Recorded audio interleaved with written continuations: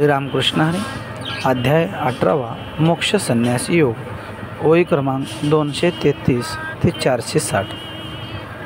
या ओव्यामध्ये माऊलीने प्रत्येक व्यक्तीला आपल्या कर्मानुसार फळ प्राप्त होतं. आपले जसे कर्म असतात ना, तसंच आपल्याला फळ मिळत असतं. म्हणून कर्म करत असताना ते कर्म चांगलेच असावेत. त्या कर्मातून कोणाचंही व्यक्तिगत किंवा सामूहिक नुकसान होऊ नये याचा विचार करून आपण कर्म करावं, हा संदेश माऊली आपल्याला देतात. मानव जन्म प्राप्ती म्हणजे पाप आणि पुण्याची समानता जिथं येते तिथे मानव जन्म प्राप्त होतो. प्रत्येक व्यक्तीला कर्मानुसारच गती प्राप्त होत असते. ज्याप्रमाणे जमिनीमध्ये बीज पेरल्यानंतर पुढे त्याचं कणीस होतंच. एक पाऊल पुढे चालत असताना मागचा पायसुद्धा पुढे जातो आणि पुढचा पायसुद्धा मागे येतो. म्हणजे जसे आपण कर्म करतो तशी आपल्याला गती प्राप्त होते. अविद्या गेली की माणूस ज्ञानी होतो, किंबहुना तो संन्याशीसुद्धा होतो. भक्त जसं देवाला पाहतो ना, तसं देवसुद्धा भक्ताकडे पाहत असतो. भक्त जसं देवावर प्रेम करतो ना, तसंच देवसुद्धा भक्तावर प्रेम करत असतो. आत्म्याचा आणि शरीराचा विचार केला तर आत्मा हा कर्मापासून अलिप्त आहे, तो वेगळा आहे. आत्मा हा कर्म करतच नाही. जसे आकाशात ढग निघतात, पण ढग म्हणजे आकाश होय का?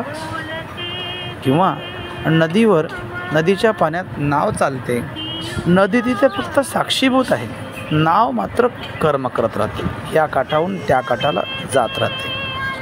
पृथ्वीच्या मातीपासून कुंभार माठ बनवतो, तिथे पृथ्वीची माती ही साक्षीभूत आहे आणि मातीला आकार देण्याचं काम कुंभार करतो.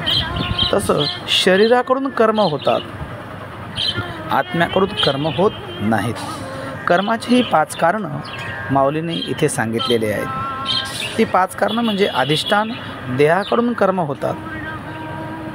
दुसरं कारण म्हणजे कर्ता, मी कर्म करत आहे असं त्या कर्त्याला वाटलंच नाही पाहिजे. तिसरं कारण इंद्रिय, इंद्रियाकडून कर्म होतात. जसं पंच ज्ञानेंद्रिय आहेत, डोळ्याकडून, कानाकडून, नाकाकडून, जिभेकडून, हात पाय या सर्वांकडून कर्म होत असतात. पण प्रत्येकाचे कर्म हे वेगवेगळे असतात. ही कर्माची कारणं माऊली सांगतात. पंचप्राण आहे शरीरात. प्राण, अपान, उदान, व्यान, समान हे वायुरूपी कर्म, श्वासोच्छ्वास, श्वास घेणे, श्वास सोडणे, या सर्व क्रिया शरीराकडून होत असतात.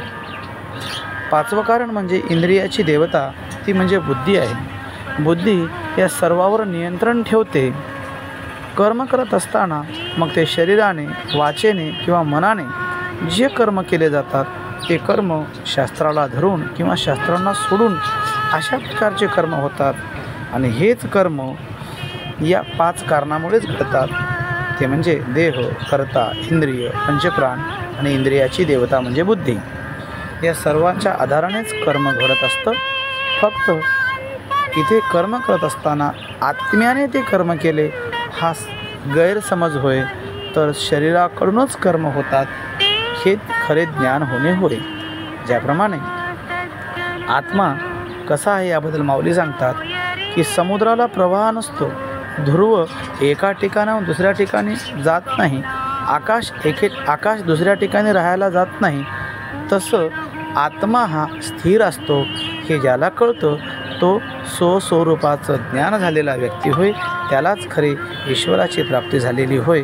म्हणून आपणसुद्धा स्वस्वरूपाचं ज्ञान होण्यासाठी आणि भगवंताला प्राप्त करून घेण्यासाठी निष्काम कर्म निश्चळपणे राहून आत्म्याला साक्षीभूत ठेवून कर्म करत जावे, हेच संदेश माऊली येथे देतात. रामकृष्ण हरी. रामकृष्ण हरी जय जय रामकृष्ण हरी. रामकृष्ण हरी जय जय रामकृष्ण हरी.